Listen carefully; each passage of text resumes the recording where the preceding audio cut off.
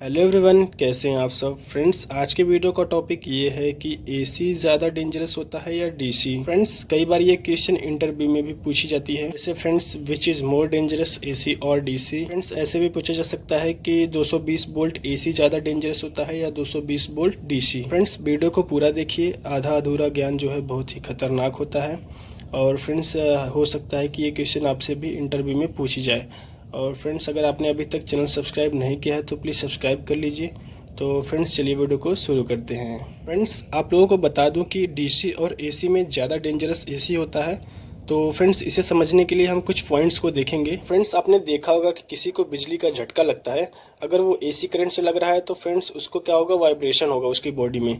और फ्रेंड्स, अगर उसी जगह पर अगर डीसी से झटका लगता है उसको, तो क्या होगा, वो चिपक जाएगा। तो फ्रेंड्स, आप लोगों को इस पॉइंट से लग रहा होगा कि इससे तो डीसी ज़्यादा डेंजरस होना चाहिए, बट ऐसा बिल्कुल भी नहीं है। फ्रेंड्स, हमें एसी के अंदर मल्टीपल शॉक्स लगते हैं, यानी कि कुछ समय के लिए हमें झटका लगता है, फिर कुछ समय के लिए हम छूट जाते हैं, फिर हमें कुछ समय के लिए झटका लगता है, फिर कुछ समय के लिए छूट जाते हैं। फ्रेंड्स, ये प्रोसेस बहुत तेज होता है, यानी कि 1 सेकंड में लगभग 100 बार होता है। फ्रेंड्स, हमारे इंडिया के अंदर 50 हर्ट्ज फ्रिक्वेंसी यूज़ होती है। फ्रेंड्स, ये फ्रिक्वेंसी क्या होती है और इंडिया में 50 हर्ट्ज फ्रिक्वेंसी क्यों यूज़ होती है, अमेरिका में 60 हर्ट्ज फ्रिक्वेंसी यूज़ होती है, इसके लिए मैंने एक सेपरेट वीडियो बनाया है। आप लोग मेरे डिस्क्रिप्शन में जाके उसका मैंने लिंक दे दिया है, आप लोग वहाँ से देख सकते हैं।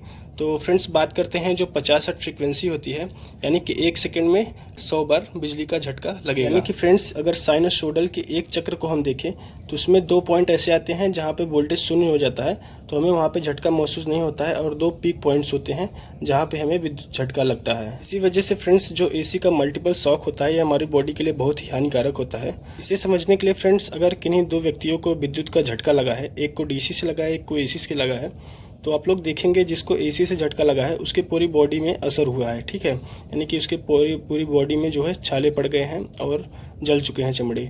और आप लोग देखेंगे दूसरे व्यक्ति को जिसको डीसी से शॉक लगा है, उसके जिस बॉडी पार्ट में शॉक लगता है उतना ही उसका जो है डिस्ट्रॉय होता है। तो फ्रेंड्स, इस पॉइंट से प्रूफ होता है कि एसी ज़्यादा डेंजरस होता है।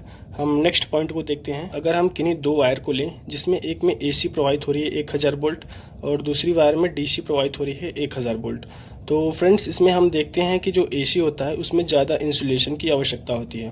फ्रेंड्स, इंसुलेशन वो होता है, मटेरियल होता है जो वायर को कवर करता है, जिससे हमें ऊपर से विद्युत शॉक ना लगे। तो फ्रेंड्स, ऐसा इसलिए किया जाता है, जो फ्रेंड्स हम एसी में वोल्टेज मेज़र करते हैं वो हमारी आरएमएस वैल्यू होती है। इसका मतलब ये है फ्रेंड्स, जो हमारे घरों में सप्लाई आती है 220 वोल्ट, वो क्या होती है, जो हमारी साइनसोइडल वेव होती है, उसमें फ्रेंड्स एक बार वोल्टेज ऊपर जाती है और एक बार नीचे आती है, तो उसका हम रूट मीन स्क्वायर वैल्यू निकालते हैं, यानी कि समझ लीजिए आप एवरेज निकालते हैं। तो एवरेज हमारा 220 वोल्ट आता है। अगर फ्रेंड्स हम पीक वैल्यू देखें, यानी कि जो पीक पॉइंट होता है ऊपर, अगर पीक वैल्यू देखें तो जो वोल्टेज होता है फ्रेंड्स वो 311 वोल्ट लगभग आ जाता है। फ्रेंड्स, इसमें पीक वैल्यू जो होती है, इसको निकालने के लिए हम क्या करते हैं, आरएमएस वैल्यू में √2 से मल्टीप्लाई कर देते हैं। इस प्रकार से जो हमारी इंसुलेशन होती है वायर के ऊपर, उसमें क्या जाता है, हमें पीक वैल्यू को देखकर किया जाता है, यानी कि पीक वैल्यू हमेशा ज़्यादा होती है, उसको देखकर जो है इंसुलेशन किया जाता है। तो फ्रेंड्स, इस प्रकार आप समझ सकते हैं कि एसी में ज़्यादा इंसुलेशन की आवश्यकता होती है, क्योंकि वोल्टेज जो होता है पीक ज़्यादा होता है, यानी कि एक टाइम ऐसा आ जाता है कि जो वोल्टेज ज़्यादा हो जाती है।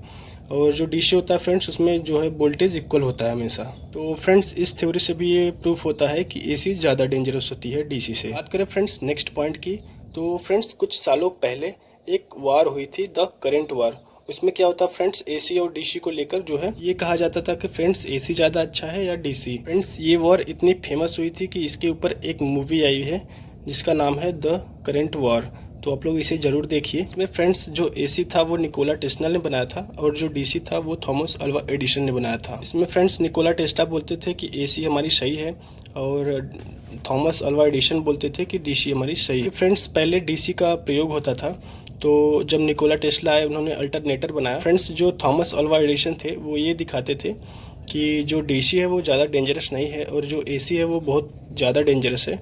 कि इसके लिए उन्होंने फ्रेंड्स क्या किया, बहुत सारे जानवरों को डीसी से शॉक दिलवाया और एसी से शॉक दिलवाया, तो उन्हें ये पता चला कि जो एसी होता है वो किसी भी जानवर को ज़्यादा घायल कर देता है और डीसी इतना नहीं करता है। तो इस स्टोरी से भी ये प्रूफ होता है कि डीसी ज़्यादा डेंजरस नहीं होती है, एसी ज़्यादा डेंजरस होती है। फिर भी फ्रेंड्स, आप लोगों को बता दूं, जो करंट वार था वो निकोला टेस्ला की जीत हुई थी इसमें, क्योंकि जो एसी सिस्टम होता है उसमें लॉसेस कम होती हैं, इसीलिए एसी सिस्टम को ज़्यादा यूज़ किया जाता है। एसी के डेंजरस होने के बावजूद भी उसका यूज़ किया जाता है। फ्रेंड्स, इसका मैंने वीडियो बनाया है 50 हर्ट्ज फ्रिक्वेंसी वाली, उसमें आप लोग सारी स्टोरी मैंने एक्सप्लेन किया है, आप लोग देख लीजिए, वहाँ से मैंने डिस्क्रिप्शन में लिंक दिया है। तो फ्रेंड्स, आई होप की वीडियो आप लोगों को पसंद आई होगी। फ्रेंड्स, अगर आपके मन में कोई भी डाउट है, कोई भी सवाल है, तो आप लोग कमेंट करके पूछ सकते हैं, मैं आपके लिए एक सेपरेट वीडियो बना दूंगा। और फ्रेंड्स, अगर वीडियो पसंद आई हो तो वीडियो को लाइक कर दीजिएगा और चैनल को सब्सक्राइब कर दीजिएगा। मिलते हैं नेक्स्ट वीडियो में, तब तक के लिए जय हिंद फ्रेंड्स।